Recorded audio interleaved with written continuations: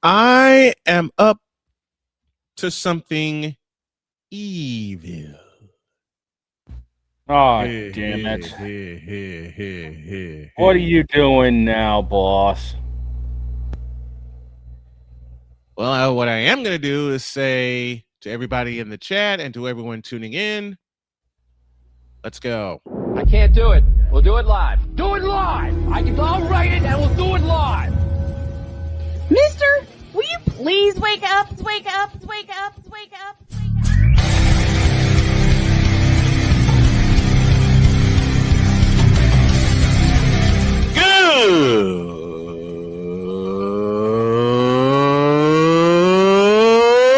Good morning! Snowman here to all you Brock Purdy and San Francisco 49er haters. Shut up!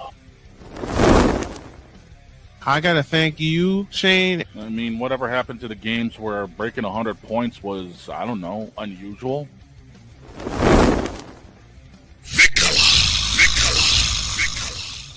There was one word to sum up the All-Star weekend. Trays.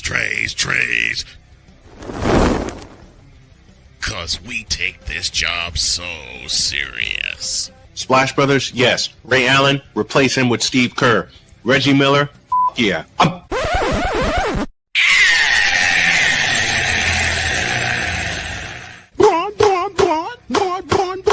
What in the all types of blue hell? I'll tell you later.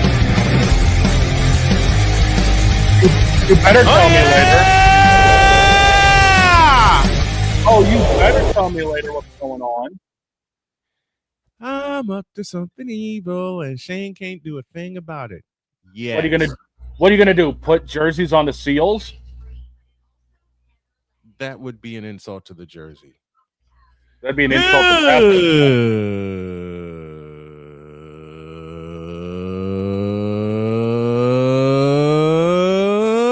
Good morning. Welcome to the Manic Monday edition of Snowman in the Morning. Glad to have y'all with us. A quick hello to Jojo Torres, Connor from Spain, the ultimate cheese gamer. Crasher is in here with us. And there's someone else that's here with us. Oh, yeah, Emily De Pena, all giving us a visit and kicking the chat wide open. This Manic Monday edition of Snowman in the Morning is brought to you by Invader Coffee, fuel for the fearless. Dietz is standing by. Jay will join us at the bottom of the hour. We got some stuff to do to catch up on Monday. And I hate to give a warning to the rest of the American League, but there's a fellow y'all need to be aware of by the name of Munetaka Murakami. I saw that bomb he hit yesterday. Which one? Dude, they only showed one, but it was the deep one. Oh, the one to right field? Yeah, the absolute tank job. Yeah. I hate to inform the haters of this, but that was his second home run of the day. You should have seen his first one, Oppo Taco. First home runs back since coming off the IL. First one since July 10th, and he ain't missed a stroke.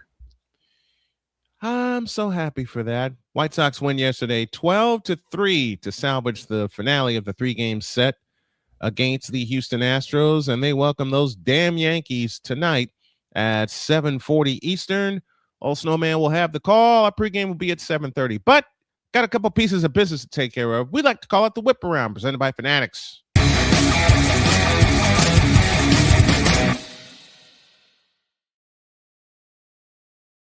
In 4 words, welcome home, Patrick Kane. Entering his 20th season in the NHL, Patrick Kane returns to the Chicago Blackhawks on a 2-year deal. He will assume the center position in place of an injured Connor Bedard. Then he'll flip to his natural position of right wing. And oh boy, he may be in his 20th season, but Showtime has returned home. Congratulations to the 3-time Stanley Cup champion Patrick Kane, who's back home with the Blackhawks. And Shane's not going to like me when I say my next sentence. Instant contenders, anybody? Andrew Jones, Jeff Kent, and Carlos Beltran, welcome to the Major League Baseball, to the Baseball Hall of Fame. Those 3 were enshrined on Sunday, which is why every team in the majors were wearing their Hall of Fame caps. It was Hall of Fame weekend, and congrats to the 3 new enshrinees. Speaking of enshrinees, I can't wait to see a certain Hall of Fame ceremony next month. More on that later. LeBron James has finally made a decision. Who cares? Yay. Who cares? No. Let's be serious for a minute. LeBron's playing in Philadelphia, 2-year, $8 million deal. As I said, who cares? And as mentioned, Munetaka Murakami hit 2 homers yesterday, drove in a career-high 6 runs as the White Sox stretched their lead in the American League Central Division to 2.5 games over the Cleveland Indians with a 12-3 mashing of the Houston Astros to salvage the finale of that 3-game series. And they welcome those damn Yankees for the first of 4. This would be 2 consecutive series coming up with playoff contenders, because after 4 with the Yankees, White Sox hit the road for 3 in Tampa, who did us 3 huge favors over the weekend. More on that when we talk baseball. But for now, that's a Whip Around presented by Fanatics.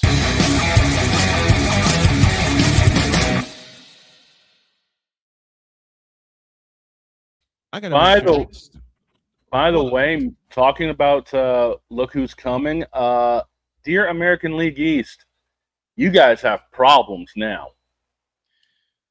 Yeah. So the Red Sox found a way to play baseball correctly. Yay. Hey, we're not LeBron James here. Shut up. As I said, so the Boston Red Sox found a way to play baseball correctly. Yay. Hey, we're 22-4 since the start of June, okay? Give me a break here. No. I ain't giving you a break. Why aren't you giving me a break? I'm cutting you slack with the White Sox. You guys are contenders, so aren't we? No, you're not. Yeah, we are. Ranger Suarez just came back and won us a game yesterday. First of all, who in the Vita Blue, yellow-bellied, red-blooded hell is Ranger Suarez? He sucks. He used to pitch for Philadelphia. I know that. And hey, come on now. We end up beating Toronto, so we're doing everybody in the AL. Hey, listen, y'all did the whole division a favor in beating the defending American League champions. Okay? Yeah, we took 2 out of 3. Well, we won 5 out of 6 against the Blue Jays. Yep. Wait a minute. I got to get my soundboard up here. We're headed for a break. Dietz will join us in a couple moments, but I have to do something. And one last note, dealing with the whip around in NASCAR news. Part-time Corey Heim made it Heim time at Indianapolis, winning. He'll be driving for his Airness next season. The guy's made 13 starts and won 2 races. What does that mean for his season next year? 13 starts, 2 wins. 2 wins. Inaugural win at San Diego and a crown jewel win at Indianapolis. The first time he's seen either track. We were supposed to go to Indianapolis this weekend, but then my wife realized there's a race up there. We're not going anywhere near that joint. You were better off to stay away from Indy and Speedway because IRP was busy over the weekend too. Oh, I know. And yes, a black man was talking baseball and hockey this morning. The joke was sitting right there. What the hell? We got a break. We get Totally DIETZ and talk about fake journalism in a deuce. This is Snowman in the Morning. The original Think Drink is back. Level up with proven ingredients formulated to crush your competition. No gimmicks, no jitters, no messing around. Just high-potency results that keep you moving day or night. There's a new nerd in town, and we came to play. Nerd Focus. Smarter than energy. Here's an important message from the Diabetes Solution Center. Do you like pricking your fingers to test your blood sugar levels? No one does, but it's important to maintain your health. And now, by wearing a small remote device called a continuous glucose monitor, or CGM, you don't need to prick your fingers anymore. It's easy to use and helps you make more accurate diabetes treatment decisions. If you are testing your blood sugar 3 or more times daily, injecting insulin, or using an insulin pump, call the Diabetes Solution Center right now. And if you have Medicare or most major insurance coverage, you may be able to get a new CGM at little to no out-of-pocket cost. Shipping is free and will even bill your insurance company for you. If you are testing your blood sugar 3 or more times daily, injecting insulin, or using an insulin pump, call the Diabetes Solution Center right now to learn how to end the painful finger sticks and get your own continuous glucose monitor, or CGM, at little to no out-of-pocket cost.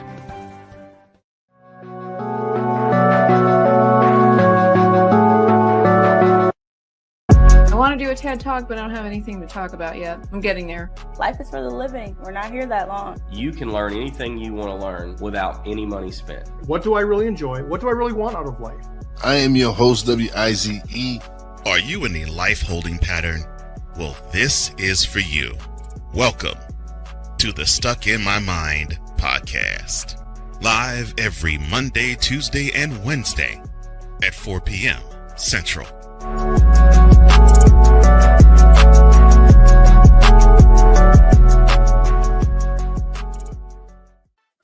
Drew Willingham. In in this case, yeah, you put the blame on Kyle Shanahan for apparently not preparing the team enough for the overtime rules, supposedly. Cole Johnson. Peyton was considered the winner, and he was the darling of all darlings for Gerald. With a special appearance by Tyrone Alizé McDummy. Ain't nobody calling me. Text delete. Join these two football enthusiasts as they give you Total Football Talk. Live every Monday at 4 p.m. Eastern, 3 p.m. Central on the Sertoba Media and the Comey Media YouTube channels.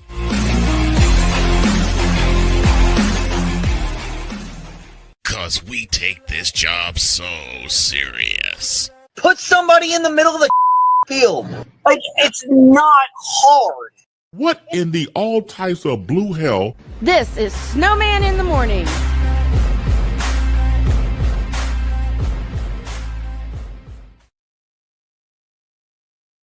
I forgot I made that one. 14 after the hour. We got Deke standing by. Shut up about that, will you? I'm going to do a little Karnak the Magnificent here in just a minute. Hold on. Okay.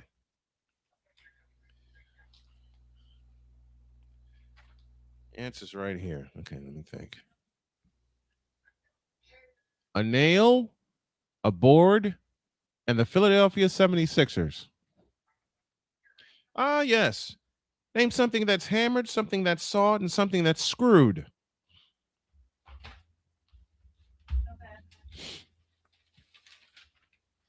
Forever and ever, amen. I had a better joke than that, but we'll go with it. What you got? This ain't exactly PG, but we'll go with it. Oh, okay. That's all I need to know. That's all I need to know. We got our stations today, and speaking of which, a hello to the folks on WHDR in the Triangle in North Carolina. We just launched that this weekend, and the folks are tuning in. So thank you all for doing that. Here's Dietz. Passionate. Come after me. I'm a man. I'm 40. Unflinching. Let's go back to losing. Parking was easier. Unrelenting. They're not going to keep him off the field tonight. Totally. This one has a chance. DIETZ.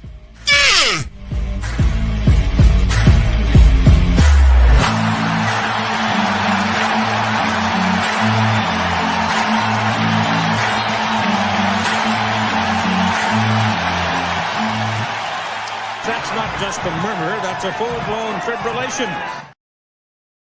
If that doesn't whet your appetite, you're watching the wrong channel. Chris Dietz joins us on this Monday morning. What up, Dietz? What's up, Snowman? You did you forget who else is in town to see the White Sox tonight? The Yankees are. Yeah, and who is joining the Yankees to watch the White Sox? He mentioned it when he was on the show. Remind me. Why? Now batting number 420. Oh, Wise. Wise is in my hometown. Why said he was going to be in town for the White Sox series? He did. So, that could be a potential playoff series, guys. We'll shout out to Wise. Shout out to Wise, who will be watching some White Sox baseball. If I get a chance this week, I'm going to sneak up to Chicago because not only do I want to see Wise, I want to see Dave Sims, who is the fabulous radio voice of the New York Yankees. Okay, Dietz, you gave us a layup, and I want you to lay it out. Which one? I gave you everyone that Angel Reese missed in the All-Star game. How about that? How many was that? We'll save the journalism. We'll save the journalism for Jay because Yeah. Because Jay needs is an to be here. all-star. He's an all-star journalist, so I need his. I need to get he's his an actual opinion on that. journalist. But let's go to. All right, I watched flag football this weekend. I didn't. I only watched it because it was on TV at the bar, and why did you watch that? I got to tell you this: flag football is if that's what they're going to put in the Olympics, that is the dumbest thing I've ever seen in my entire life. All right, there's a lot of things to pick apart about this, but like, they were playing flag football. Now, Snowman. Yes, sir. I don't know where they were putting this game. I don't know where they were putting all this stuff on this weekend. I'm guessing it was in California somewhere, but they had two teams going at each other from California.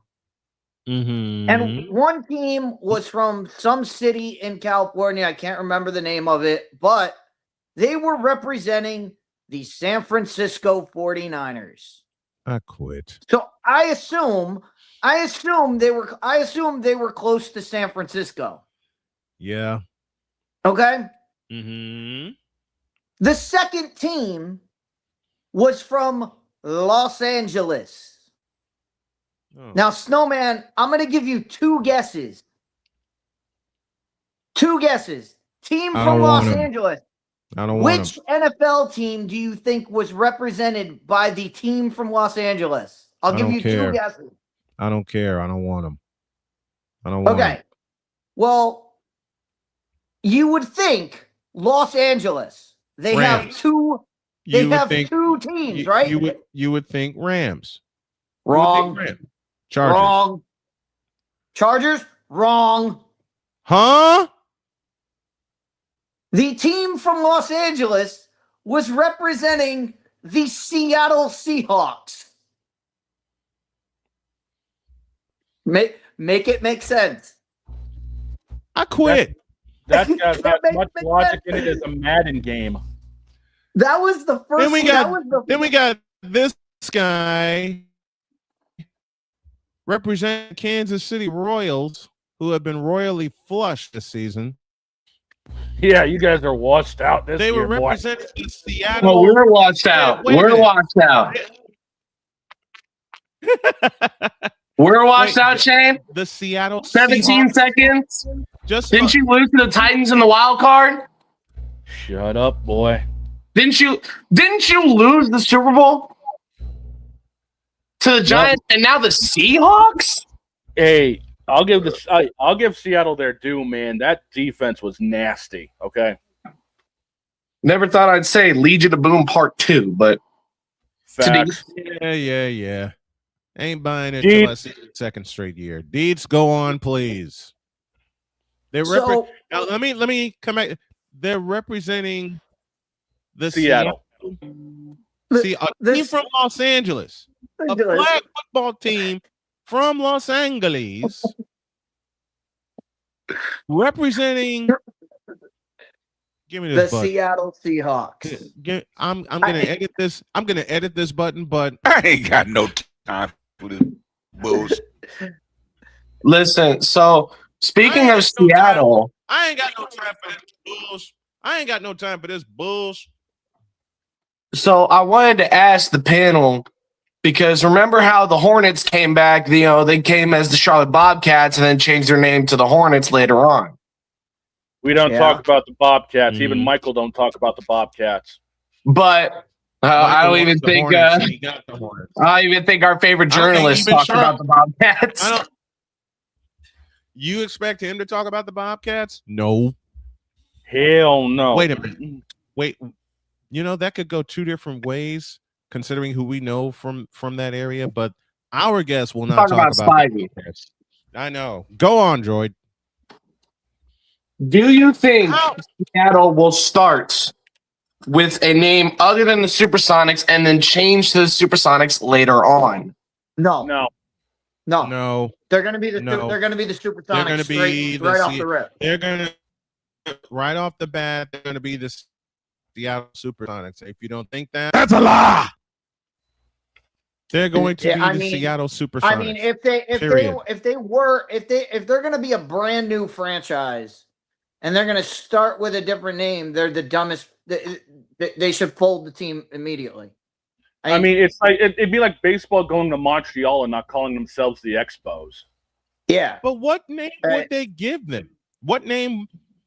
You know, if you were to poll the citizens of Seattle, and I know a few of them, and you were to do a contest of name the new Seattle NBA team, do you know not one person would not say, and don't put that in the cabinet, please, would not It's say happening this time.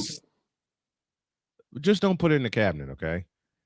But not one person would not say the Seattle Supersonics. Seattle Seahawks. Oh no, that jersey's tainted by the legacy of Kevin Durant. Gary So the Payton, Rockets. Sean Sean Kemp. Kemp. Gary Yeah. Payton, Sean Kemp. Listen, Gary Payton, Sean Kemp. Imagine Dale Ellis, imagine Chuck Gary Chambers, Payton Jack the second in a Supersonics jersey. I mean, Not gonna happen. the bigger question would be what uniform and what colors do they come with? Do they come with the old school green and yellow, or do they go with the green and red? I feel like it'd be wrong Green to and yellow. not do green and yellow. I would think you go green and yellow, but Because we're not the old Milwaukee Bucks, you know. You're not that dark forest green with the red and the tan. You're the Supersonics. You are the Seattle team. I would hope you would match the Storm and go green and yellow. That's how the Storm were born anyway. That's the colors that they borrowed from when they created the team. You go green and yellow. They come back as nothing other than the Seattle Supersonics. I got my coffee this morning. I mean the Sean Kemp. I still have one. I still have it at home. I still have a Sean Kemp jersey at home. I wish I got a Rockets jersey before Kevin Durant got to Houston. I'm gonna be so honest. I wish I had a T-Mac jersey, a Yao Ming jersey. Man, hell, I'd the hell even with take that. a Russell Westbrook Rockets jersey over a Kevin Durant jersey. You take none of those. You take none of those jerseys. So get a They all Ralph suck. Sampson jersey. T-Mac? Are we they're serious? only- Tracy McGrady? He sucked. Tracy He had McGrady did not suck. He was Just a- the main just a reason moment. why the Rockets are so good in that era.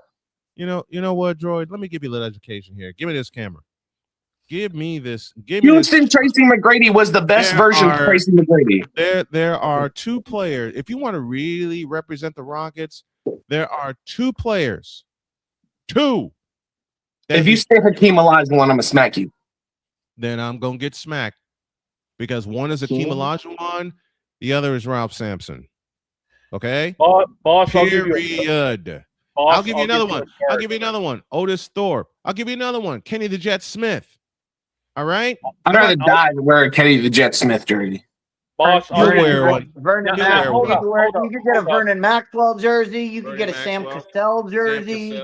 You gotta remember, I do not, you know what? I'm gonna say this as respectfully as possible. I do not care about y'all's era. I care about the era I grew up in. Okay, that's what I'll say. I will look at the statistics. I will agree with you with the Jordan LeBron debate, but don't tell me what jerseys I need to wear. Okay. Tracy McGrady. The best version of McGrady. The best version of McGrady. Where did Yao Ming make his name? And you telling me not to wear his jersey? I'm telling you exactly not to wear his jersey. And I see the steam. Just a moment. Let me joke around with Joy for a minute. I see the steam coming from. I see the steam coming from his ears. Listen, I joke around with you about whose jersey you should wear. And Droid, you've already expressed to me how much you love Tracy McGrady. Okay, I love watching him play too. I'm doing that just to mess around with you. Okay. Now hold up. I'm just naming players from the era I grew up with. And again, to Droid, let me give him this camera while he drinks his coffee. It's about, but here's the thing: it's about respecting each other's eras. I grew up in the T-Mac Houston era. I didn't really get to see T-Mac in Orlando. I didn't get that. I barely even got to see Shaq. Like, you got to realize that. I grew up in an era of Yao Ming, T-Mac. I grew up when Russell Westbrook had the weird advertisements on the back of his jersey with his name. You know, the weird arch lettering on the jerseys back in 2020 during the bubble era. I mean, I grew up on that. Then I have a question. Did you see anytime Steve Francis was with the Rockets, or was it just McGrady?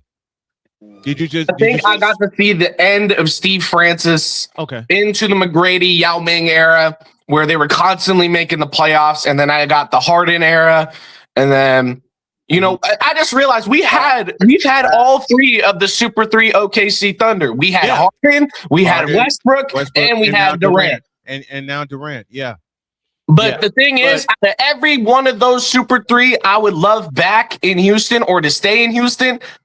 Goodbye, Kevin Durant. Welcome back, Russell Westbrook. I'm sorry, I can't. Just a moment. At least you're not in the position that your friend Blake is in. Well, no, he's in a better position now. He got Jaylen Brown on his team. But who else? BJ Edgecombe. I'm not highlighting LeBron James, Joel Embiid. I'm highlighting the better players on that team. Jaylen Brown, Tyrese Maxey, BJ Edgecombe. Like the best three like I can think of from Philly are those three guys. I mean, call Jaylen Brown Mr. Hairline the way he rubs off on his team. The problem with that though, Droid, is the problem with that, and this is from watching Jaylen Brown all his career so far. Jaylen Brown is great with the ball in his hand. LeBron James is good with the ball in his hand. That's the problem you have. There's only one basketball. If they had 3 basketballs, those guys would play great. Right. But I don't know about Joel though. Joel ain't even good with the basketball. Wait a minute.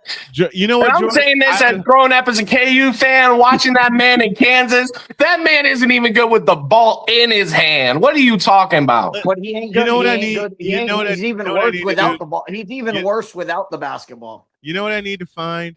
I need to find the 5 minutes where I laid into Joel Embiid on the grilled sports. I found it. You found it? I just gotta cut it. Because when Blake, we got Jay Spivey standing by. Did you say with Blake Griffin? No. I said, you misunderstood me. I said we have Jay Spivey standing by. No. You said when Blake Griffin, and then you said with Jay Spivey standing by. You almost said Blake Griffin. I know. I slipped. I slipped. I was trying to give the time, and then Griffin came out. The super light skin. The super light skin. When Blake revealed that his favorite player was Joel Embiid, the next thing Droid does is call me. And I nearly hung up when he informed me of that. I think you said something like, I'm going back to bed. I did. I said, I'm going back to work. We got Jay Spivey standing by. Dietz has a question for him, so let's get into it.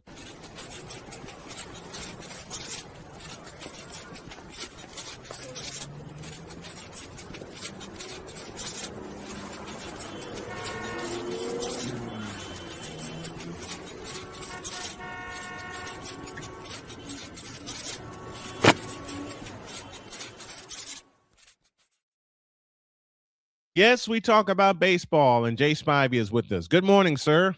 How dare you guys not talk about America's team, the Charlotte Hornets? But Spivey, before we get to Dietz's question, I have to ask you: do you think the Hornets are way better off without LaMelo? No. No, you can't convince me of that. Nobody can convince me of that. No. Can't convince me. You mean Mr. Reckless Driver himself? Don't care. All right, let's get to business. Dietz, lay it on him. All right, Jay, I need your help here because we talked about the article on Friday, the contents of the article, but I read an article last week that was, the title of the article was Adam Silver calls Caitlin Clark political football. Okay? Okay. Now, this was an 8-paragraph article. The first 2 paragraphs were about Adam Silver and Caitlin Clark. The next 6 paragraphs were about Alyssa Thomas receiving death threats. Okay. And I'm trying to piece this together as the title of the article was about Adam Silver and Caitlin Clark, not about Alyssa Thomas. And over 60% of the article was about something that's not in the title. Like, is this normal? Is this normal journalism? Because I was always told if you write something, if you write the title, your article should be about what the title is. Mm-hmm.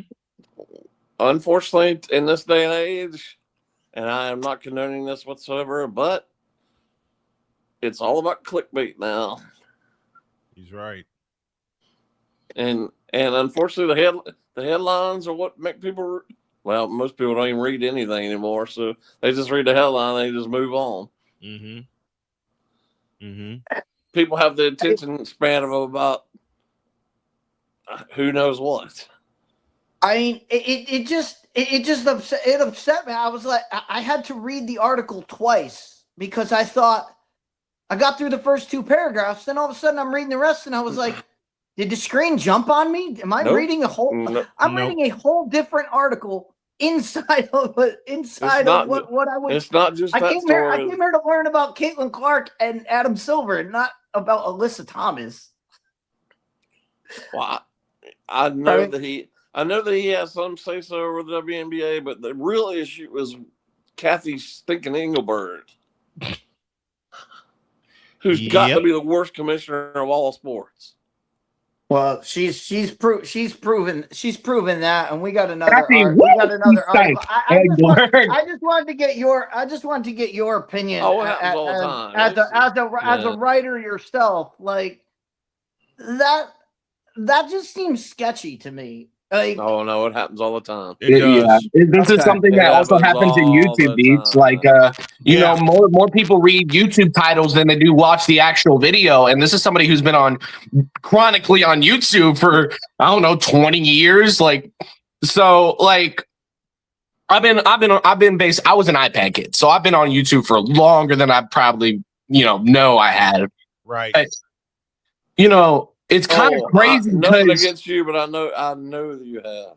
Yeah, but your generation is. But it's where everybody gets their knowledge. Like, like people are like their car knowledge is TikTok car knowledge. You know what I mean? It's like, good. But their sports knowledge is TikTok sports knowledge. Anyways. But I've noticed throughout YouTube, like the biggest thing is clickbait, and all news articles and, sports articles are doing is taking a page out of YouTube's book, really clickbaity title, clickbaity photo, boom. All of a sudden your articles are blowing up because you're not talking about the actual thing you're writing about. Right. You're just getting the clicks. But I also wanted to ask Spivey, because I've noticed this not even just on the 4-letter network, but most sports articles. Is sports article writing just getting shorter and shorter as time goes by because of the lower attention spans of my generation? Yes. I'll answer that. I've been in this game 30 years. Jay's been in the game longer than I, but I'll answer your question first. Yes, it has gotten the sports articles especially have gotten smaller and smaller and smaller. Because and this is my opinion and my opinion only, I believe, people don't want to put in the work anymore.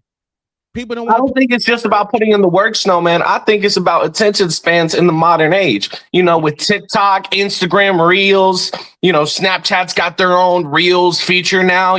With all these short form content videos going out, there's not really much need for long articles. So I think that's why one of the big reasons. And also, sometimes people just don't want to write so much.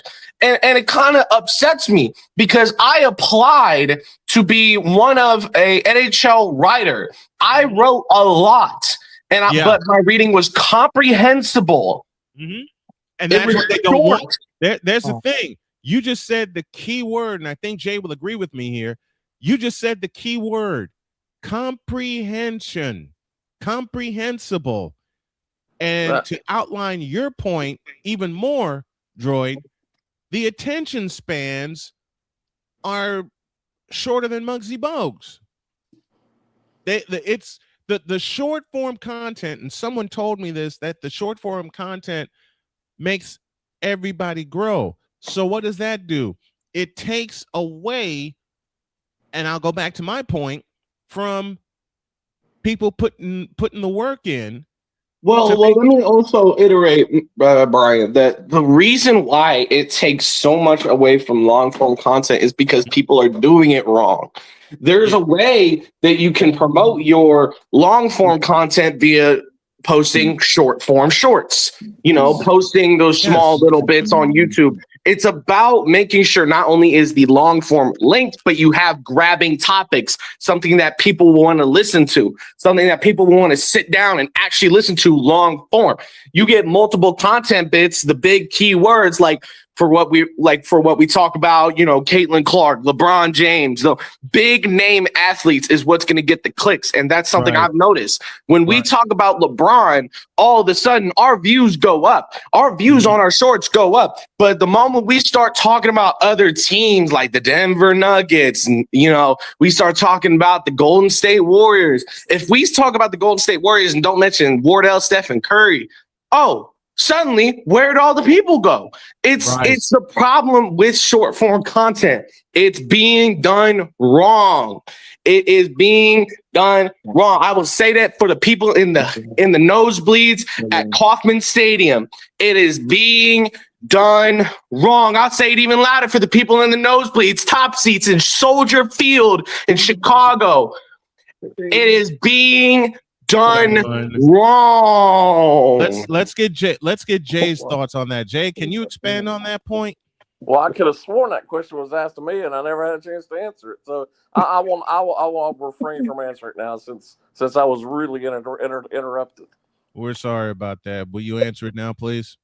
No, I apologize. I as I stated before, it's clickbait. Mm-hmm. It's not. Most of the writers do a good job. There's some writers who don't care. But why is it like that now? That's a question I've been wondering. Yeah. It's that simple. It's clickbait. It's what makes the money. I couldn't care less about clickbait. I'm there to do my job. Mm-hmm. I don't care what. Honestly, I don't care. I do want people to read it, but I don't care about analytics of a story. I don't care. If you told me 1,000 people read it, I don't care. If you compare my story to another story I wrote next week, I don't care. I mean, yes, I want people to read it, but I don't care about the numbers of it. That's something I've gotten back to, and that's why I stepped back into doing play-by-play virtually now. I kept worrying about the numbers, and as Jay says best, the clickbait. I don't care, and Jay, I agree with you. I don't care anymore. I love doing what I do, and you love doing what you do. We all do. We all do in this business. The clickbait, Jay, let me ask you this: has it completely ruined the craft, or is there are too many people, including people who've been in this business longer than I have, or close to as long as I have, who are obsessed about how many people read their story, including management? Forget about that. Exactly. I don't care. So I also wanted to iterate on what I mean by correctly do it. So what people don't understand is it's not about the grabby titles, the grabby topics. It's more, the short form content's more or less about consistency. It's more or less about how often are you posting these clips. So Brian, what I'd say for the show is take a few clips to set aside for the weekend so you're able to consistently post. When you're consistently posting, if you don't have those gaps on the weekends, it's going to be easier. And, learning the hot hours of the day. So like when people are on the most. So think about like, oh, who's on their lunch breaks? You know, what industries on their lunch breaks. Something you should never a time you should never post around is usually what I would say is noon, because nobody's going to be on their phones. They're going to be more or less at work, or they're going to be, they're going to be eating out with family, something like that. I'm not saying families aren't on their phones. It's just not as many. You're going to get those 3 p.m. hours is going to be your best shot at the best numbers, because of the fact of, especially around the school year, kids are getting off school around that time. Parents are finished picking up their kids from school. People are getting out of work. They're on their lunch break. It's the biggest traffic hour. So it's about pinpointing that traffic hour, especially for your fan base, especially for the people that watch your show. And let me ask Jay this question, and I know the main answer is clickbait, but even in sports journalism, who made the analytics so important when you're putting content out there? When I hate to even use this word because it's become so objectified now. Mm-hmm. When people who run journalism departments, whether it be news stations, networks, newspapers, websites, whomever, right? When it became all about money is when it became an issue. When do you think that happened? Because I can honestly say I asked this question. Well, you can argue this as much as I liked the show before Barry Weiss took over the network. Mm-hmm. You can argue this started when 60 Minutes started. Okay. When it became obvious that a show like that could make a lot of money. Yeah.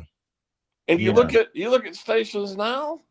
I mean, some stations have news on all day. All day. Yeah. I mean, do you really need news at 4 a.m? No. Who's up at 4 a.m?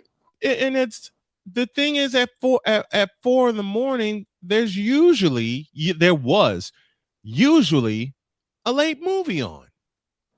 Or it would be nothing but color bars and the national anthem. National anthem, yes. At 5 after a certain 5 a.m. time, there would be nothing on TV.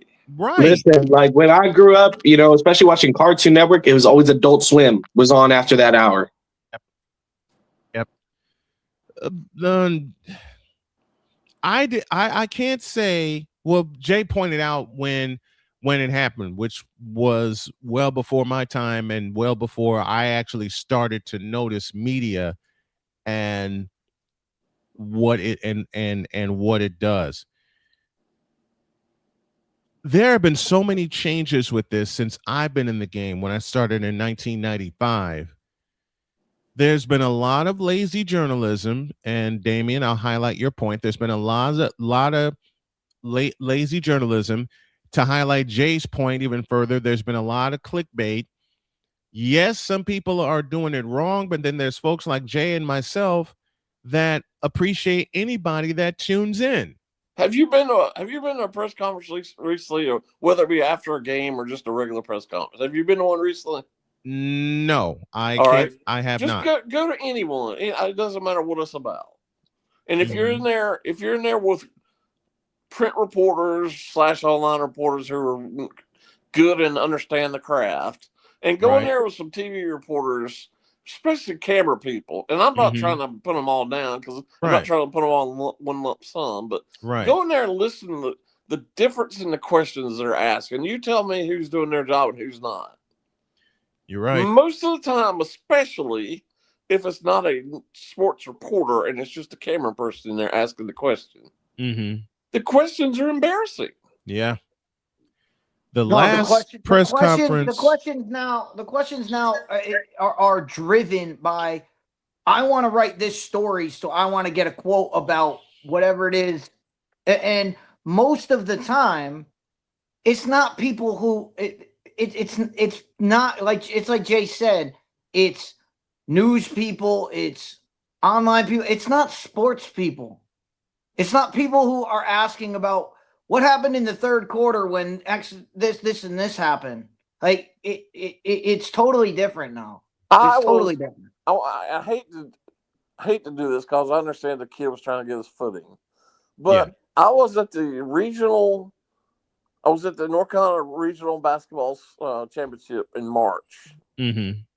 and there were a handful of us in there who were regular reporters. There were a handful of TV reporters, and there was this one kid who was probably, I don't know, 12 or 13 years old, and there was his mom, who apparently was brought in there. I guess, I don't know for sure, but it looked like he was working for Nike or somebody. And he was asking questions, and I was like, what is this? Because none of it was even relevant to what I had seen, and the game was great. Mm-hmm. And he was asking just questions that meant nothing. Yeah. It shouldn't be a sideshow like that. No, that's where we're at. That's where we're at these days. I mean, just look at this. Just look at the Super Bowl. The Super Bowl media day has been made into a complete circus. Mm-hmm. And that should be like the biggest media day that there is, and it's been made into a complete joke. Should be the biggest media week. It should be the biggest media week with the questions based upon the game. The upcoming game, the biggest game, hang tight, Droid, the biggest game of the year. It should be that. I've watched a few Super Bowl press conferences recently, and it's like Jay said, it's a clown show now. Yeah. I'm going to push back on that one a little bit. Okay. I understand why the NFL does it. I don't particularly like it, but I understand why they do it. Okay. They want to appeal to a wider audience. Now, the real NFL reporters are not going to really pay a whole lot of attention in the media day. Mm-hmm. They're going to be there all week anyway, getting the stories they're going to get anyway. Right. But that media day is a bunch of fluff. They're there to appeal to women and kids and people who don't normally watch football. And I understand why you got to do that. But Jay, that's fine if it's that day, and like you said, it's trickling over now to where I'm well aware of that. But that's what I'm saying. That's where that's kind of ground zero of where all this started, where it was like, oh, if we ask a question about their personal life, or we ask it, no, we want to know about the game that just happened or something that happened in the court. That's what we're there. That's what we're there to find out. Watch any pro or college sports game, and look at the dugout reporters and the sideline reporters who supposedly are good at what they do. Yeah. Name me anyone who asks relevant questions before, during, or after the game. I really can't. And a lot of them are really reputable reporters. Mm-hmm. The question and the ones that get me, and I get that this is part of the game now, which I don't understand. Right. Why are you interviewing coaches in the middle of the game? You just read my mind. You just read my mind. NHL, that's a big problem. Yeah, it is a big problem. Now, I, as a producer, understand how I get the technical part of it and how they do it. During baseball, and yes, we talk baseball here. That gets on my nerves because that time should be reserved for the players and the manager to concentrate on the game. Why are you doing interviews, be it taped or live or whatever, during the game? I don't care what a coach says in the middle of the game. Well, how many times do we see it? And because we got college football coming up. How many times do we see coach coming off at halftime? Oh, coach, what do you think about this call? Mm-hmm. Well, we got to play. We got to play better. We got a few things we got to fix up, and we'll come. They give the same answer. Do you think he or she is ever going to be honest with you about no matter what question? No, not a chance. Not a chance. Do you think they're going to? I mean, if you ask in the middle of the game, well, coach, what did you think about that play where you didn't do something?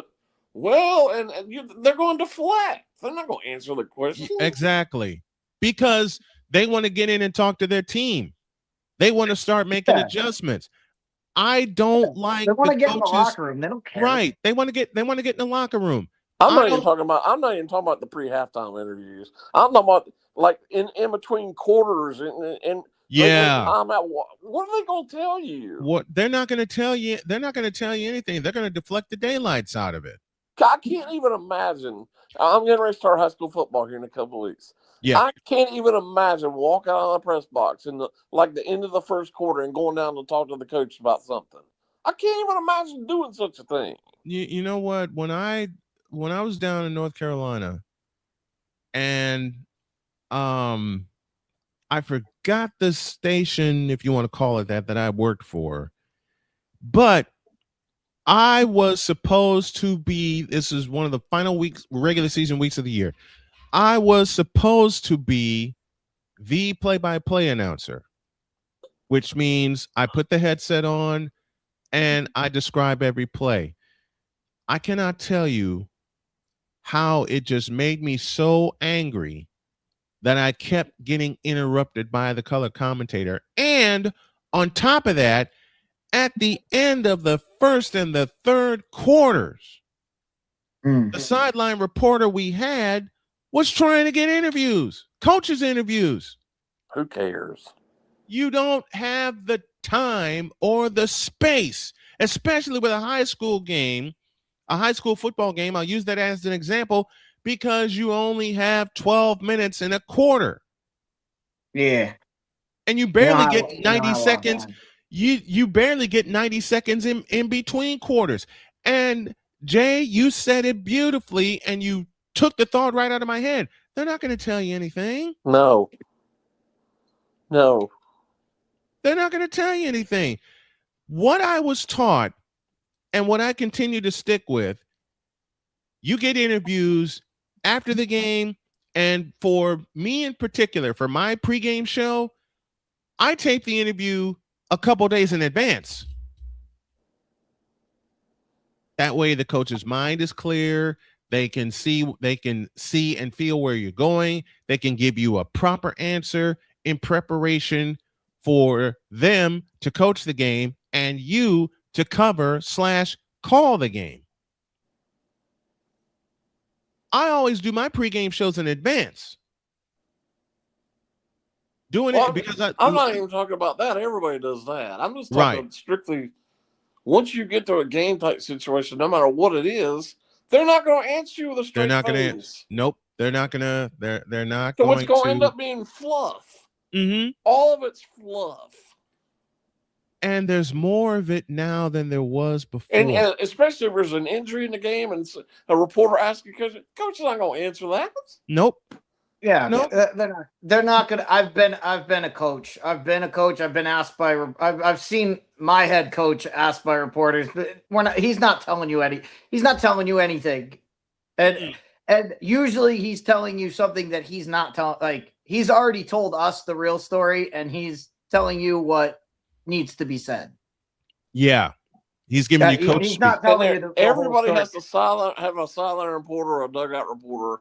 None of whom have it. Most of whom are terrible at their jobs. When I was doing the White Sox game yesterday, no, check that. Friday, they got something with the Chicago Sports Network called Friday All Access. I can't tell you how many times a player or a coach was interviewed while the game was going on. And of course, they put it on a split screen that you see the interview in one corner and the gameplay in the other corner. All I can think of was, that's a distraction. Am I wrong in thinking that way? That's a distraction and a half from the game. Well, the problem is all these networks are requested as part of all these new TV deals. So there's pretty much no other way for these coaches and managers to get out of it. Well, Jay, you know this very well. Could you imagine having a hot mic in a Bobby Cox dugout? That whole sequence would just be bleeped. Can you imagine having a hot mic in a Bobby Knight situation? Well, how about this? And I know that the younger generation likes this garbage, but I don't like it at all. We just had the Major League All-Star game 2 weeks ago. Yes. Where a number of players and managers were mic'd during the game. Mm-hmm. I couldn't care less what you're talking about in the middle of the game. That brings especially from a pitcher who has no time to talk. No. And they were talking to pitchers. Well, what are you gonna throw now? Who cares? Let's watch it. Let's watch it and let him pitch. Let the players play. I don't like and Jay, I do not like either when the players are mic'd up for an all-star game or whatever. If you're gonna get that, you can just produce that at the end of the quarter, like they used to do, and go from there. But during the game, no, I don't like that. Speaking Instead of doing that, how about hey getting Jay, us I got a bargaining question agreement for so we'll you. actually have a season next year? Say that again, Jay. Instead of yammering on about nothing during the All-Star game, how about getting a collective bargaining agreement together so we can actually have a season next year? Yes. Yeah. Please. I want baseball. I want baseball next year, doggone it. I'd be shocked if they started on time next year. Yeah, and I hope I am. That so whole wrong thing is about a train. that. That whole thing is the Thing is a- CBA is a train wreck. It is a train wreck. And I don't think we're going to have I hate saying this, being one of the biggest baseball fans on earth. And I know my pop is turning over in his grave, as is my granddad. I don't think we're going to have a season next year. I hope I'm wrong, but I'd be shocked if they started on time. I'd be shocked about that also. I would be shocked about that also. They're so far apart on so many things. And while we're talking about sports reporting, there's behind on this, they're behind on that. Just come to me when they have a deal, or say we're not going to have a season next year, or we're not going to start on time. Right. Just do that. Just do that, because everything else, to use Jay's word, and it's totally right, is fluff. It's fluff. Doesn't matter. Well, I saw a commercial on YouTube. I think it was last week. Mm-hmm. It was sponsored by Major League Baseball, and it was all about how baseball is the only sport that doesn't have a salary cap, and it was all about how baseball would be so much better with a salary cap. And I was like, this is sponsored by Major League Baseball. The Players Association is never going to go for this, and it's just going to. When I saw that commercial, I was like, "Holy cow!" Well, get this used to it, bad. because it's in some form or fashion it's going to have to happen at some point. So the players might as well get used to it. So if it takes missing all next year to get this done, as much as I would hate it, it has to be done for the betterment of the sport. Yep. It cannot be the Dodgers, Yankees, Red Sox, Blue Jays, Mets, whomever else. It cannot be just these 5 teams spending every year. Mm-hmm. And there needs to be a salary floor as well as a salary cap. Yes. Well, that's what they kept saying. They kept saying the salary cap. They kept saying salary cap. They never mentioned, and we need a floor I was like, that's where you're gonna have to give. And that's why I said Major League Baseball can't be sponsoring. They can't be sponsoring this, knowing the CBA argument's coming up. Mm-hmm. It's just gonna lead to it's just terrible. It was a terrible commercial, terrible spot. And Major League Baseball is sponsoring this. Major League Baseball is sponsoring this. But Jay, I got a question that goes to our next hour of program. So maybe we'll dive into it a little more. But I'll give my answer in a little bit. But Jay, speaking of college football, the Big Ten's won the last 3 national championships. Michigan, Ohio State, and Indiana. So Jay, who's the best conference in college football? I'll tell this to everybody. I told this to a bunch of people the last couple of weeks with all the media days. Mm-hmm. Yes, at the top right now, the Big Ten is better. But from top to bottom, it's not even close which is better. The SEC from top to bottom is 1,000,000 times better than the Big Ten. The SEC has almost no weak teams. The Big Ten has several, if not many, weak teams. They can't compete with those teams. It's not even close.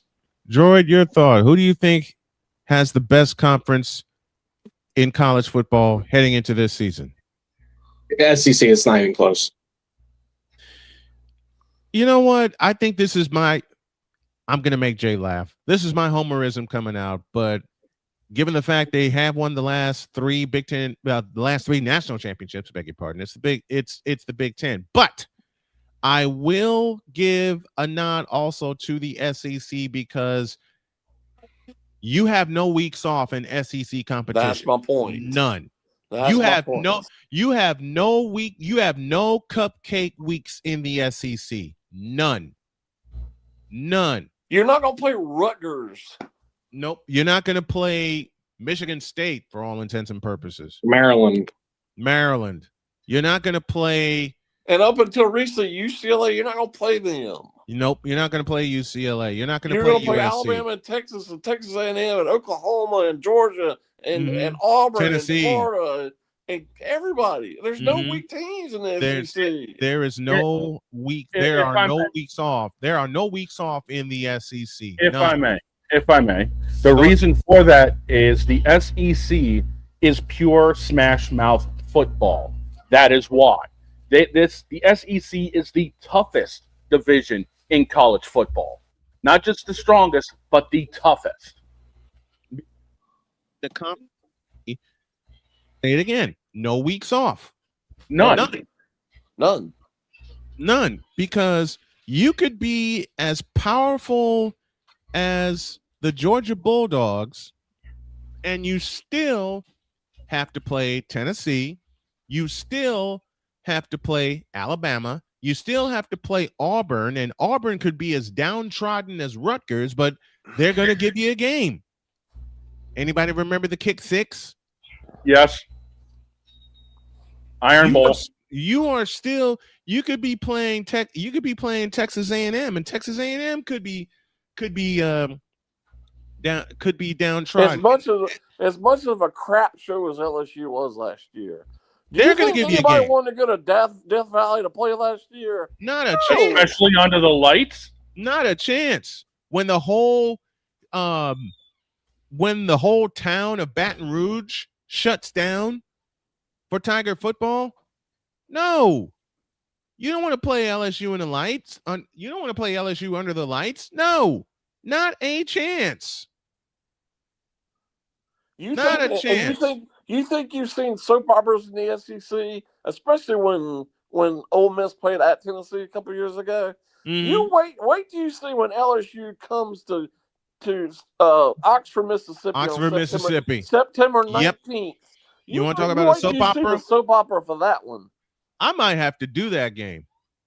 September 19th. September. Do you have a kick time for that? If that's it a will night most game, likely be a night game because I'm sure game day's going to be there for sure. If that's a night game, I think it's a 7:30 game. I think it's already been announced. I'm doing it.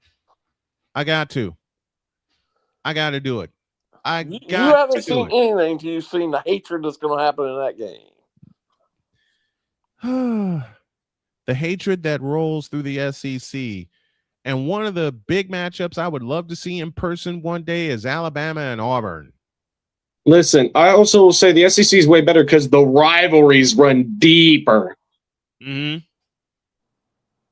It's the longest running SEC rivalry. I think it's Georgia and Auburn. The longest running rivalry in sports. Georgia and Auburn. Can't wait to see it. Jay Spivey joins us as he does every Monday. Great conversation today, my friend. I appreciate it. We'll talk some more college football next week. All right, sounds good.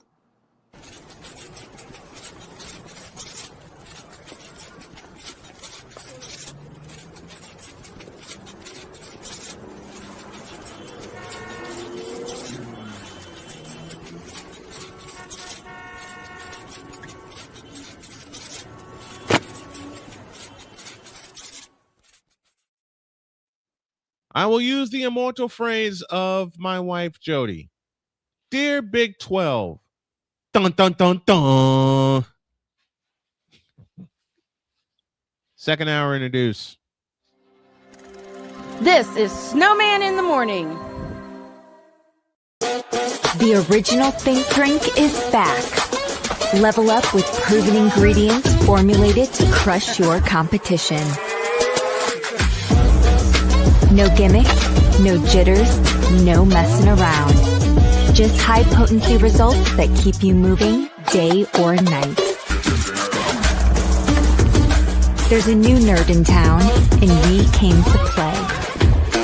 Nerd Focus. Smarter than energy. Here's an important message from the Diabetes Solution Center. Do you like pricking your fingers to test your blood sugar levels? No one does, but it's important to maintain your health. And now, by wearing a small remote device called a continuous glucose monitor, or CGM, you don't need to prick your fingers anymore. It's easy to use and helps you make more accurate diabetes treatment decisions. If you are testing your blood sugar 3 or more times daily, injecting insulin, or using an insulin pump, call the Diabetes Solution Center right now. And if you have Medicare or most major insurance coverage, you may be able to get a new CGM at little to no out-of-pocket cost. Shipping is free, and we'll even bill your insurance company for you. If you are testing your blood sugar 3 or more times daily, injecting insulin, or using an insulin pump, call the Diabetes Solution Center right now to learn how to end the painful finger sticks and get your own continuous glucose monitor, or CGM, at little to no out-of-pocket cost.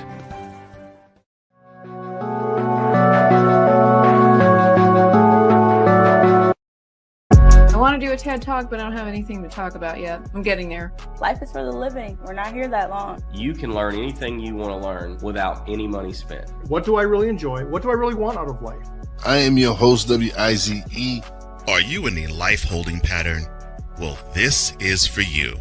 Welcome to the Stuck in My Mind podcast. Live every Monday, Tuesday, and Wednesday at 4 p.m. Central.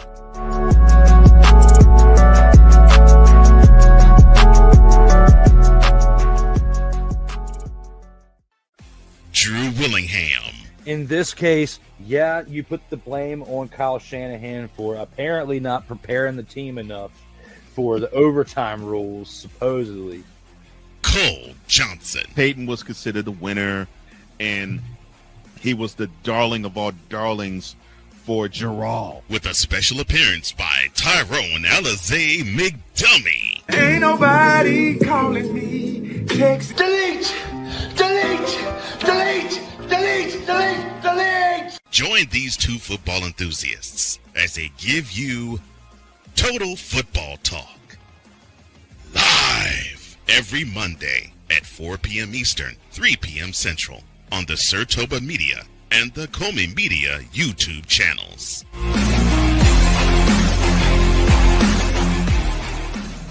Cause we take this job so serious. I'm sorry, your what are these things called? Spices? Spices, thank you. My brain went bleh. What in the all types of blue hell? This is Snowman in the Morning.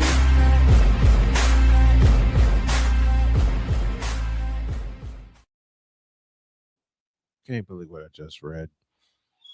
I'll talk about it later. 11 after the hour, we owe you an ID. This is Snowman in the Morning. You're listening to WQVZ, 1700 AM Mission Radio. For me and the Lord, we got an understanding. We're on a mission from God. Broadcasting live in your region, across our nation, and around the world, this is Snowman Multimedia. To all you Brock Purdy and San Francisco 49er haters. Well, that game sucked. I am cute. The is that? You tripping. Who told this lie? Shut up. Gerald Jones has no brains. His football acumen is the same capacity as Gun Run's moral capacity.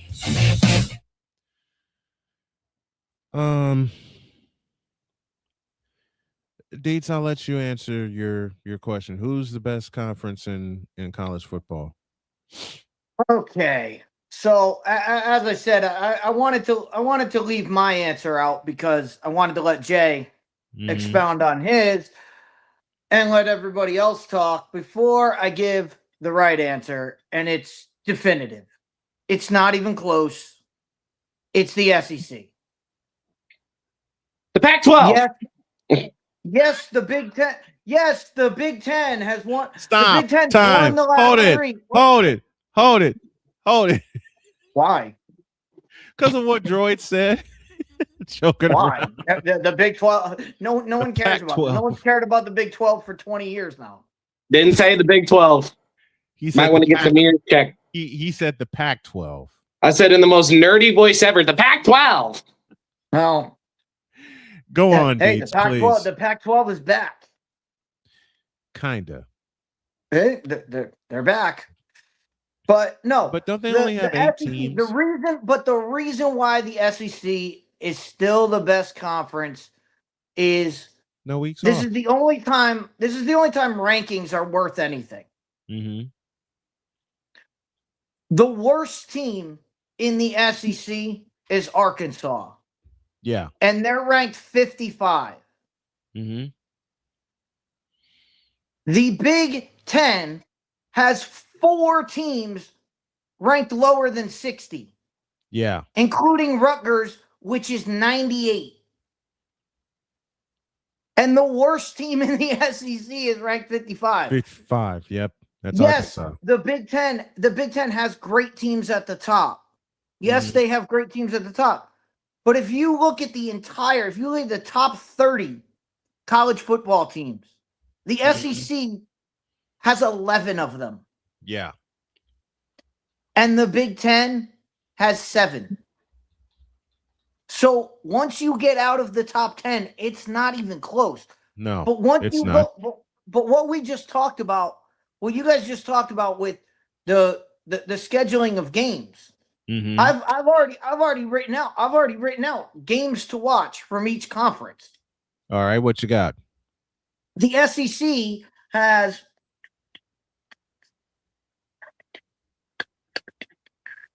The SEC has 26 games that you are going to need to watch this year. Mm-hmm.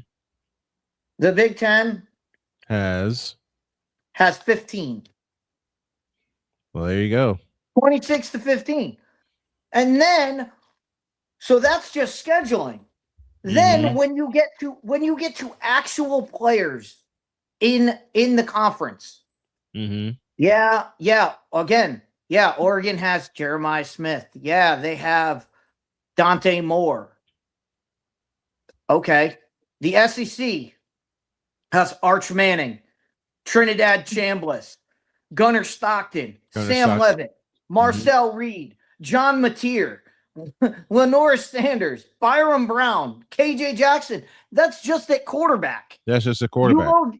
You go down the list of every position, and it just gets It's wider not even and wider. close. It's not even close. Running backs: Kewan Lacey, Ahmad Hardy, Jordan Baugh, Caden Durham, Nate Frazier. They have all the best players at the top positions. You go through those lists. It's not even close. So the SEC, as much as, and you're going to see a lot of people. I saw a lot of videos this weekend of people. Oh, the Big Ten's taken over because they've won championships. Just because you've won championships doesn't do anything, because the SEC is still there. The SEC is still the most dominant conference in football, And they have and been it's not for- even close. It's not closing. They're not closing the gap. the gap's getting wider. Yeah. The gap's getting wider with that list you just mentioned, that quarterback alone.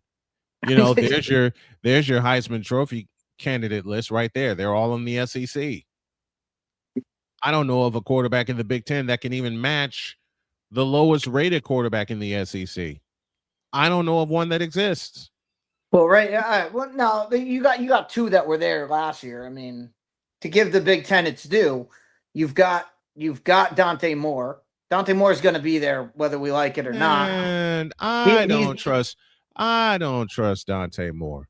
I mean, Not right after what now, I- Oregon not after comes what in I as the saw. Oregon's going to come in as one of the top teams. So you got to give Dante Moore. He was there, and also if Ohio State does what Ohio State usually does, and the Super Saiyan, and And he Quit goes using my phrase. If he goes Super Saiyan, Quit using my phrase. Quit using my phrase, man. Julian, that's a Dragon. That's Dragon Ball. That's a Dragon Ball Z. That's Dragon Ball Z. And it was sitting right there on a silver. And it's right up for grabs when you got a quarterback when you got a quarterback named Julian Saiyan. I mean, I know it was. I used it. Look, I used it all year last year. He's got and with a guy like Jeremiah Smith who can break a game. And we all know how reporters are. It doesn't matter. Jeremiah Smith can catch 10 balls for 220 yards, and everybody will go, "Oh my God, Saiyan threw for 300 yards." And it's like, yeah, but Jeremiah Smith had 200 of them. 200 of them. He's the guy. He's the guy you should be looking at. But no, that's not how how Heisman media works. That's not how the Heisman media works. It's not. Damian Hernandez says Arch Manning is a bust. I don't know why people are hyping him up. Well, if Arch Manning is a bust, Damian, who's your college quarterback? A droid, go. Huh? What? You had raised your hand, and I'm sorry I stopped you in the middle of Jay's explanation, and I never got back to you. I have to apologize to you for that. That's why I was quiet after the break, because I felt so bad about it. Because the original question was for Spivey, and now I lost that question. I'm gonna have to hold it till next Monday. But it'll come back. Honestly, I think like people are numb to the competitive difference between the SEC and the Big Ten and all other conferences. You know, because they look at teams like historically Vanderbilt hasn't been the best team in terms of the SEC, but but Vanderbilt will still beat Rutgers, Maryland at the end of the day. Yeah. Even last year, you know, Mississippi State finishing rock bottom of the SEC. You put them against Rutgers, not even a contest. They'll blow them out. Playmaker is with us. He says, look at September 26th slate in the SEC. District Nation. Play-by-play announcer, online play-by-play announcer for everything Washington, the Redskins, the Bullets, and the Nationals. I don't know if he does the Capital. I don't know if he does the Capitals or not. But District Nation, good morning to you. Yeah, the 26th is going to be. It's going to be a tough day. It's going to be a tough day. What are some of the games on the Georgia? 26th? You got Georgia versus Oklahoma. Oh dear. You got LSU. LSU versus Texas A&M. Okay. You got Bama versus South Carolina. Next. Oh Lord. Those are the three big ones in the SEC that week. Where is Bama, South Carolina? Is it in Columbia or is it in Tuscaloosa? It is going to be in Tuscaloosa. Are they going back to Tuscaloosa? Yep, I thought that's what they did last year. Bama versus South Carolina. So okay, it's in Tuscaloosa. Damien says, I don't have a college team. I'm not really into it like that, but I have seen Arch Manning in Texas games, and he hasn't been looking good at all. So that's why this is a new year. That's why this is a new year. If there's a surprise, judging him off last year, it was his first year as a starter. He's learned a lot, I think, from that year, and we'll see what he looks like this year against Ohio State as opposed to last year when they played Ohio State. Are they playing them in Texas? They are in Texas. They are in Texas this year, but it's not opening weekend. Two things. It's not opening weekend. Rats. It's not the opening weekend. It'll be the 12th. So it'll be week 2 of the college football season. You almost said the NFL season. Well, it'll be week 1. It'll be week 1. It'll be week 1 in the NFL. NFL. It'll be week 1 in the NFL season. Yeah. I'm gonna ask the stupid question again. Okay. What does KU need to do to be a competitive team in the Big 12? Run the football. Say it. Run the football. I'll give you the real answer. Run the football. Wow, real answer from Dietz. That's new. It's new. Yeah. Boss, I'm looking over the. Well, we know what the other answer is. They need Yeah. to quit shooting. They need to quit shooting 3-pointers and start scoring touchdowns. We couldn't even shoot a 3-pointer last year, so you can't even say that. Yeah, I said it. I'll give you the answer you were looking for. They need to stop throwing alley oops to the other team. There you go. But also, I think a big thing with KU this year is no Jaden. Or is it Jaden or Jalen? Jalen. No Jalen Daniels, no Devin Neal. You got all your receivers are in the NFL, all your offensive linemen are in the NFL. It's a completely new slate for Lance Leipold. And I think, in my opinion, this is his walk year. This is his year in terms of whether or not he stays at Kansas, whether or not they will let him stay at Kansas overall. That's going to be the big question. So in other words, they're going 0-12 with one tie. In other words, we're not going 0-12 because Oklahoma State still luckily exists. So we should still be good because honestly, Oklahoma State recently, they've been terrible. They've been terrible. But we only have 2 goals this year. Beat Mizzou, beat K-State. That's our only 2 goals. If we do both and still lose on the season, not make a bowl, we're still happy. That'll be a problem, Droid. By the way, I'm looking at Dog. I'm looking at the September 26th schedule. Mhm. There are some heavy hitting games. Oh yeah. You got Northwestern and Indiana September 25th. That's then that's a Friday nighter. And that's the opening of the new Ryan Field. September 26th. Texas, Tennessee. Oh, that's going to be a bombshell. Illinois. What time? Texas will win 42-2. And that's noon? It's a noon game. Texas win. Just a moment. Austin or Knoxville? Knoxville. Oh, okay. Texas wins. It's in Neyland Stadium. Neyland Stadium. 35-14. You've got Illinois, Ohio State. Horseshoe?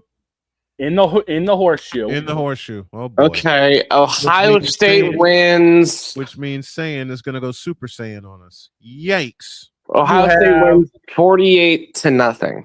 You have Oklahoma going to the hedges. That goes 3 overtimes. Okay. I'm a little bit dumb. I don't know what the hedges is. Georgia. Oh, Georgia. You mean the who's that coming? Yeah. Between the hedges and Sanford Stadium. Sanford Stadium. Sanford Stadium. Okay. I'll give you the final of that. And that's Georgia versus 98. Georgia 98. Oklahoma. Yep. Georgia is winning that by a long shot. Georgia 98, Oklahoma 96 and 2 overtimes. And it's not just my hatred for Oklahoma. It's also the fact that out of the 2 schools that transferred into the SEC, Texas hangs with the SEC more than Oklahoma. Oklahoma made the playoff last year. I'll give you the next 2 and they're complete rivalry games. Notre Dame, Purdue. Who cares? And Oregon. Purdue. Who cares about Purdue? What the? It's a rivalry game for them. And Oregon, Purdue is a basketball school. How about this one? Oregon, USC. Oregon at USC at night. That's a big game. That's a big one. At night? Oh, it's at night. Ooh. Yeah, it's in the Coliseum. Vanderbilt, Auburn. That'll be a matchup. Is that on the Plains or is that in Nashville? That's in the Plains. That's in Auburn. That's a Jordan Hare. Auburn's winning that one, but I think it's going to come down to a final field goal. And, of course, as Dietz mentioned, the aforementioned South Carolina-Alabama game. Verify that. Dog, do me a favor. Verify that's in Tuscaloosa. It is. I'm looking at it right now. Okay. That's going to be a quadruple overtime thriller. That'll be – well, we'll give our predictions later. Go on. The last good one I'm looking at, and mind you, these are all probably going to be our prediction games. The last good one I'm actually looking at is going to be Colorado and Baylor. Pass. What? That's a good game? Pass. The way Colorado and Baylor have been playing, you never know. Pass. Not Colorado. Baylor blows Colorado out every single day of the week. Baylor was so much of a better team last year than Colorado. Yeah, Baylor wins that game 99-1. Well, I mean, Coach Dion is still there. Baylor wins that game. Oh, okay. Sorry. My bad. 120-1. They get us. We're kidding as we say this, folks. They get a safety, and then they get a penalty and take a point away. Nah, they're going to return a point after touchdown. Oh, good Texas Lord. A&M, we talked about this one. Texas A&M at LSU at That'll Tiger be- Stadium. That'll be And interesting. Trinidad Chambliss throws for 600 yards at Florida. I could see that. Okay, not Oh, 600. so correct me if I'm wrong, Deep, but Byron Brown, didn't he come from that USF squad? He came from South Florida. Yes. South Florida. Yep. Yeah, Trinidad Chambliss gets 600 on Florida, and they blow them out in the swamp. Am I going to be wrong? Am I going to be wrong about that? Probably. Probably. The one game, there is one game this year where me and Dietz are going to fight. That is November 7th at Ryan Field. Why? Iowa at Northwestern. And you know what I'm going to do? I'm going to tape that segment at Starbucks. Wait for Dietz to say something to have me laughing so loud that I will beg him once again not to get me tossed out of Starbucks. I'll get you tossed out of Starbucks in 2 words in that game. Chip Kelly. Kelly. I know. Offensive coordinator at Northwestern. Yeah, I know. Don't bleep and remind me. Don't bleep and remind me. November 7th says Playmaker is the state of college football. I already mentioned one game that Dietz is going to get me tossed out of Starbucks for. He's going to get me thrown out. I know he's going to get me thrown. Listen, Dietz is going to say something about Chip Kelly, and it's going to do 2 things. It's going to anger me, and I'm going to laugh out loud. Because Dietz has done it before whenever Iowa plays Northwestern. See, November 7th, Playmaker's right. November 7th is going to be, that's a day, Snowman, you're going to have to put a lot of work in to get that schedule down. Oh no. Why? You have Oregon going into the Horseshoe. Oh Lord. That's a track Oregon meet. going into the Horseshoe to play Ohio State. That's a track meet. You have Georgia. You have Georgia at Ole Miss. That's 2,000 yards of offense. Forget 1,000. And then you have the game. Then you have the game of the century. LSU at home with Lane Kiffin versus Alabama. Foul. No. Brian, 2, 3 calls. No. You ain't gonna kill me that weekend. No. Lane, all three games are going to be going on. So you're telling me, so Deej, you're telling me on November 7th I have a triple header that day? Triple header. Depends on when they put those games on. Because they haven't released the conference schedules yet. I don't think the times. Well, they're not going to do the times till right before the game. Right, till toward the season. Oh God. I was trying to see who else. Lane Kiffin at LSU hosting Ole Miss. Mm-hmm. Oklahoma going into the swamp. No, you can't make me do that. Oklahoma goes into the swamp. That could be depending on what we see from Florida, that could easily turn into a game we need to watch. No. But like I said, the SEC. You ain't making me do that. No, game on the SEC you are schedule not can making. all of a You are sudden not become- making me do Oklahoma, Florida. No, you ain't making me do that game. No, no. I'll stick that game on Droid. What? No. No. No. No. No. No. Droid will put the headset on for that game. I'm not putting no headset on for no bullshit and for no reason at all. No. That's not how I roll, and you know that's not how I roll. No. That's how you gonna roll this year. You listen, Dietz, you can't make me do that game. Listen, just like your favorite audio, that's some bull. I know. The only way you'll be doing that game is if two things happen. One is if Oklahoma survives the state fair.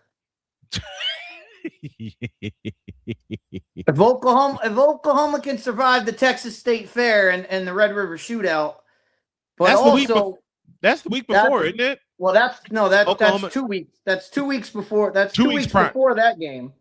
Okay. But the week before Florida, Oklahoma, is the largest tailgate party in the world. Which Texas, one? We got Florida versus Georgia in Jacksonville. The world's largest outdoor cocktail tailgate party. The world's where Larry Munson broke his chair in 1980. Right. But if Oklahoma survives the Red River Shootout and Florida survives the tailgate. Wait. When they meet in the swamp, it could be a big deal. Droid has been banned from covering SEC games, according to Playmaker. Banned. Why are you banned? Why, Playmaker? Why are you banning Droid from covering the SEC? Georgia, Florida is in Atlanta. Thank you. You have saved me, son. Thank you. Now hold up a minute. Georgia, Florida. I need you to verify something for me. From what I'm reading, Georgia, Florida is in Atlanta. In Mercedes. I'm looking. It's in Jacksonville. No, not I according got it to on the schedule right here. Not according to what. Hold on. Here, I'll look this. No, it is in Atlanta. Yeah, it's being moved to Atlanta. Because they're redoing the field. They're redoing the Gator. They're rebuilding the Gator Bowl. Right. They're rebuilding. So they got to move. They got to move the tailgate indoors. They got to move it to Atlanta. Playmaker, I need one answer. I need one answer from you. The next 2 years they're rebuilding the Gator Bowl. So Atlanta this year, Orlando next year. Playmaker, I need one answer from you. Why is Droid banned from covering SEC games? Because he wants to save me the headache. He wants what? Gentlemen, other updates on that game. From what I am looking at, that November 7th game is being moved to Halloween. And on November 7th, Georgia plays Ole Miss and Florida hosts Oklahoma. Wait, what? I am looking at this right now. The annual Georgia-Florida football game is not being played on November 7th. It is scheduled for October 31st at Mercedes-Benz. Instead, Georgia will play Ole Miss and Florida hosts Oklahoma. I am looking at this right now. They really want to frighten the shit out of us. So you know what happens? Alabama shows up. Alabama shows up in Oklahoma uniforms. Since it's Halloween, they come. Alabama comes to Florida disguised as Oklahoma. After what happened in Norman, Oklahoma this past December, would not surprise me one damn bit. Would not surprise me one damn bit. I had some good numbers when I did Alabama Oklahoma last year. When I covered the playoff period, I had some. That was the playoff. That was the playoff game. Yeah. Now, I've got a question for Playmaker since he's kicking around. Why are you saying I'm going to have a problem with the November 7th slate? I still want to know why. Because it's you, sir. Shut up, Groucho Marx. You know what I'm I'd rather be Groucho Marx than be told I look like Weird Al Yankovic. Somebody actually told you that? Yes, because my old hair used to go all the way out to the side. We just went through it, dog. I mean, the November 7th is loaded. Yeah. Okay, so that means we're gonna have some great games to pick. You know what we do? You know what we do to help split our coverage this year on the Snowman Multimedia Sports Network. We put Droid in charge. We put just a moment. I'm kidding as I say this. Hopefully by then, I will have the computer, and we will have the Saturday. I hope so. We'll have the Saturday Fifth Down show up and running, and that way we can do the middle. That way I can do the middle game. Yep. That way I can do the middle game, but I want to test Droid. I want to test Droid on a night game. I want to test Droid on a night I'm going to be too busy with the hockey. Nope. I never said what game. I'm going to be too busy being like, and it comes for a Hickey shoot, scores! Shut up about Verhage, you some. Well, Droid has to do. Wait a minute. Droid has to do one SEC game. He's got to do one. You got to do one. I refuse. Why? Well, there is a very special game that we need. That we might need Droid to do. Just a minute, Droid. Why won't you cover the SEC? Because I hate everything to do with the fact that Missouri is in the SEC. Missouri.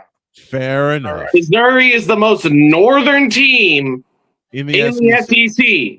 All right, fair enough.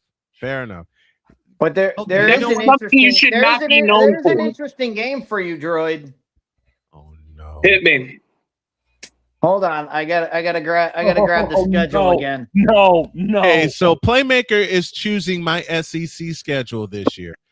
Playmaker, hold on. Let me get to Droid. Just a moment. Let me say this to Playmaker. Playmaker, you're on. You choose the game. Just give me a schedule in advance, as far as advance as you can, so I can plan it all out. But Playmaker, you're on.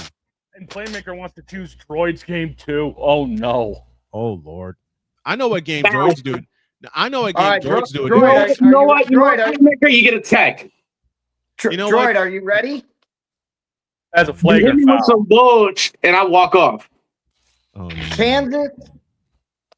Kansas versus Arizona State, September 18th. Do you know why that game's important, Droid? Why? I'm afraid to ask.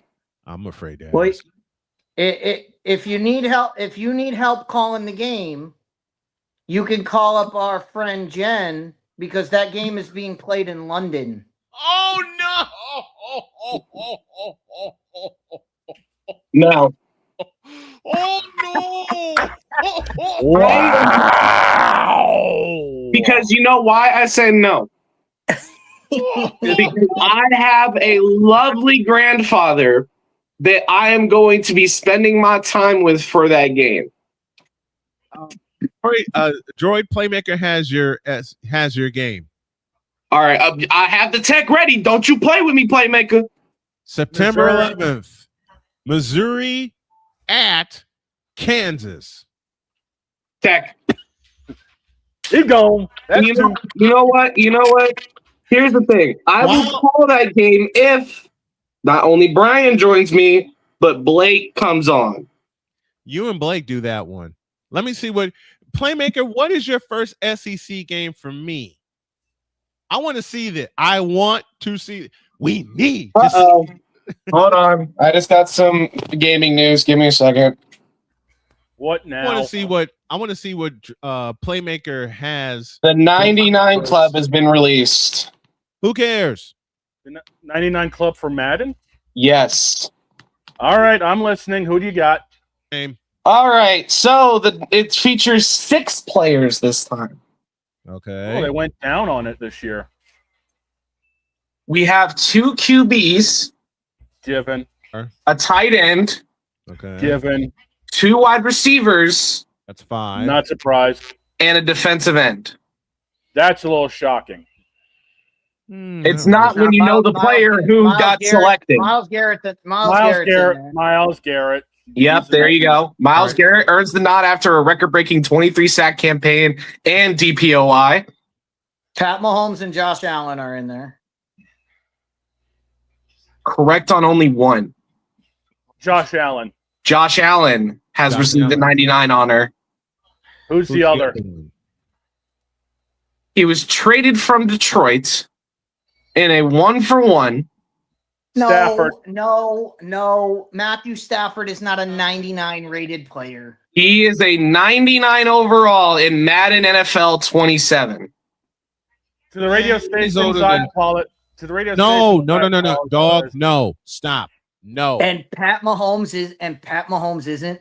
What is this? Oh yeah, he had an ACL tear that took him out for half the year. Yeah, what is but this that doesn't affect your Madden. That doesn't affect your Madden rating. Madden, let's go back to college football here. Playmaker has my. We still got a couple more. Wait a minute. Playmaker has my first 3 games this year for college football. September 5th, Tiger Stadium, Clemson at LSU. Wrong. The week after that, Oklahoma at Michigan or Ohio State at Texas. And I like might Ohio do the State, Texas. I'll do Ohio State, Texas. Well, and the week after on the 19th, are you effing kidding me? I'm not doing that one. No. Florida State at Alabama? Hell no. Listen. Give me this, the tight end. Just a moment. Beats is gonna make you upset. Tight end. Who is it, Mr. Taylor Swift? No. It's not Kelsey. It's not Kelsey. Who is it? It's not Kittle. I figured it wasn't Kittle. Kittle was injured. Who's that one in Oakland? Bowers. Brock Bowers? No, it ain't Bowers. Not Brock Bowers. He's Give me the young. team. He's too young Give me to the- get. He's too give me the young to team. get a 99. Who is it? It is third or fourth year tight end sensation Trey McBride. Arizona. Arizona. Got a 99? Trey McBride is a 99 overall. Man, Are Trey we bleeping kidding? Man, Trey I am not joking. McBride sucks more than Kyler Booty Murray. And then Justin Jefferson's got to be on the. All right, so who's the wide? Who are the wide receivers? Not Jay Jatas. Okay. One has the storied white boy quarterback in the AFC North. What? Who? Joe Burrow. Oh, so Chase. Jamar Chase. is on. Yeah, Jamar Chase is on there. And Super Bowl champion. I'm not surprised that he got it. Jackson Smith and Jigba. So your full roster is Josh Allen, Matthew Stafford, Trey McBride, Jackson Smith and Jigba, Jamar Chase, and Myles Garrett are your 99 overalls. Stafford and the tight end I completely disagree with. That's complete crap. But dear Madden, use a troll. Troll! Use a troll. Troll! Use a troll. I said that use a troll. Roll. Hey, EA, shut up. God. But Snowman, by the way, by the Snowman, to by get the back way, to Playmaker, for that to get back to for that Playmaker. list, just a moment, Deets. For that list. This is filth.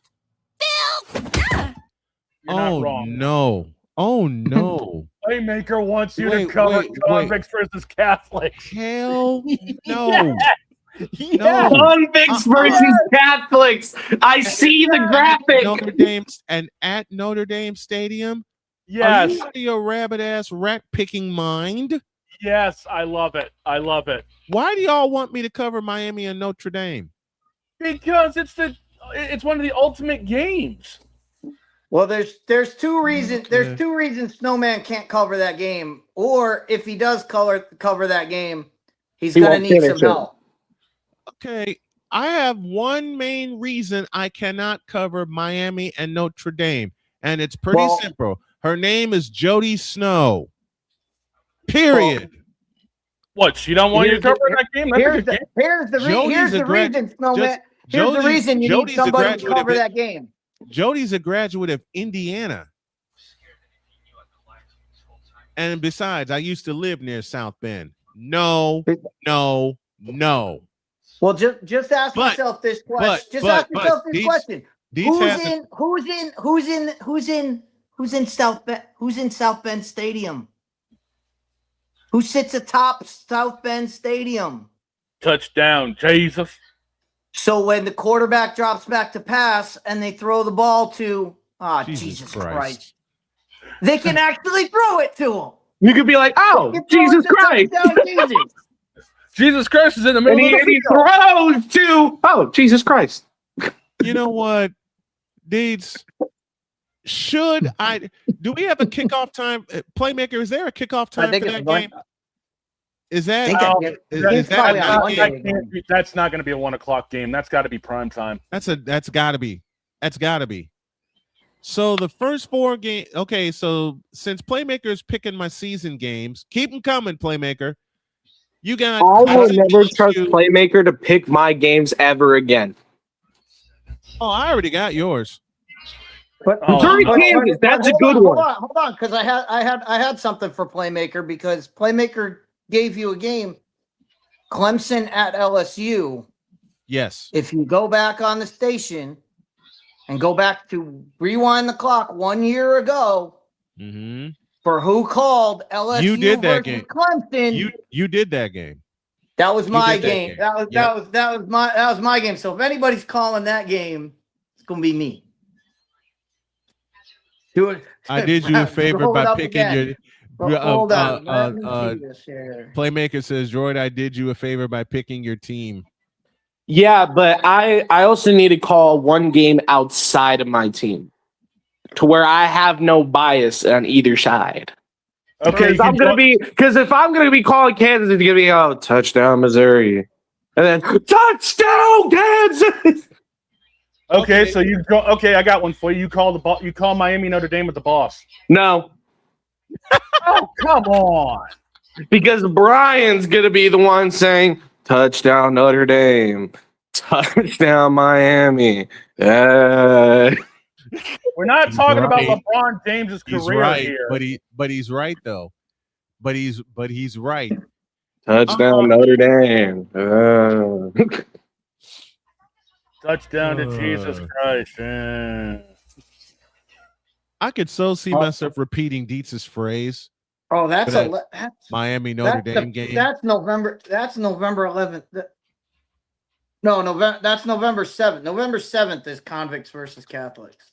Yeah, I need at least one SEC game. That's a prime. If that's a which isn't a sleeper, something that people would just be like, "Oh, A&M and like LSU are playing, cool," and then they just shut off the TV. I need something that at least has flavor. Okay, Texas A&M LSU September 26th. There you go. I'm done. Android walks off. I literally said something that's not like A&M LSU, where it's gonna be touchdown LSU, touchdown LSU, touchdown LSU. I'm gonna be sick of saying it. No, you're already sick of saying it. Do you remember A&M LSU from what? 5 years ago I think so. when it was 7 overtime. 74-72 LSU. I could not 7 call. overtime Listen, Dietz, if I could barely stay up for a quadruple overtime game against the Carolina Hurricanes in the Eastern Conference Final, I'm not staying up for 7 overtime periods for college football. Look, we could go on forever, guys, but boss, I know you got things to do. We got to wrap this up. You know what? LSU A&M beat LSU 2 years straight. You know what? How fun would it be to get Droid to do an SEC game? Terrible. It's got to be. I know the game Droid can cover. I have it. What? What is it? Here. Wow. What is it? Oklahoma and Michigan. Ooh. Oklahoma and Michigan. You want the Kansas boy Yes. to call an OU game. Yes. Yeah.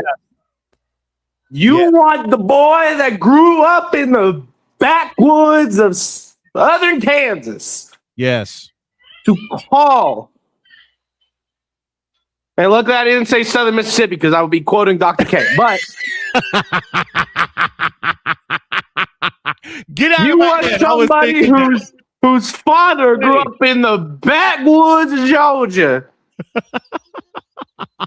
to call Oklahoma, Michigan. because I already know. God Almighty! I know. I already know what Droid's gonna do. I already know. Well, what Droid's get gonna on do it. He's gonna turn into. He'll turn into Jim Ross. God Almighty, it's a slobber knocker. Fine, Droid. If you don't want to do that one, I got a back-to-back for you. Damn it, you mentioned me. I now need my Skittles. Friday, no. Friday, November 27th, Texas versus Texas A&M. No, that's and mine. then Saturday, No. Oklahoma versus Missouri. 2 teams I equally hate and 2 teams I equally like to watch. I'll take it. He'll take it. Okay. Boss, get us out of here, please. Okay. Yeah, I'm doing Go Ohio back State. to back. I'm definitely doing Ohio State, Texas. Definitely doing that. So yeah, I want the Kansas boy to cover Oklahoma, Michigan in the big house. By God, it's going to be a slobber knocker. Get me out of here, please. We all gonna have slobber knockers. Have a great Monday. God bless. Remember to make your next move your best move. And always remember, if your dreams don't scare you, they are simply not big enough. Dream big, do bigger. We hope y'all are too. Touchdown, Kansas City. We're out. Where's my barbecue? Shut up. We're out. See you tomorrow.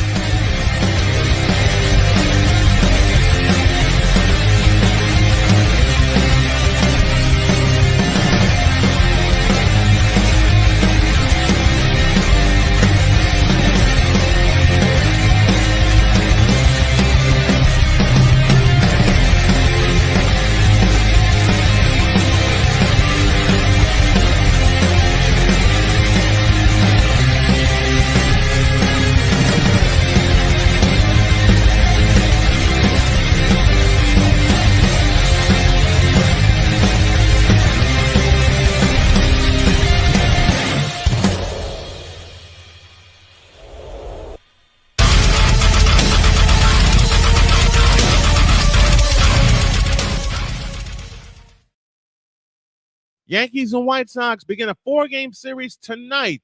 Yours truly will have the call. Our pregame coverage begins at 7:30 Eastern time. So long, everybody.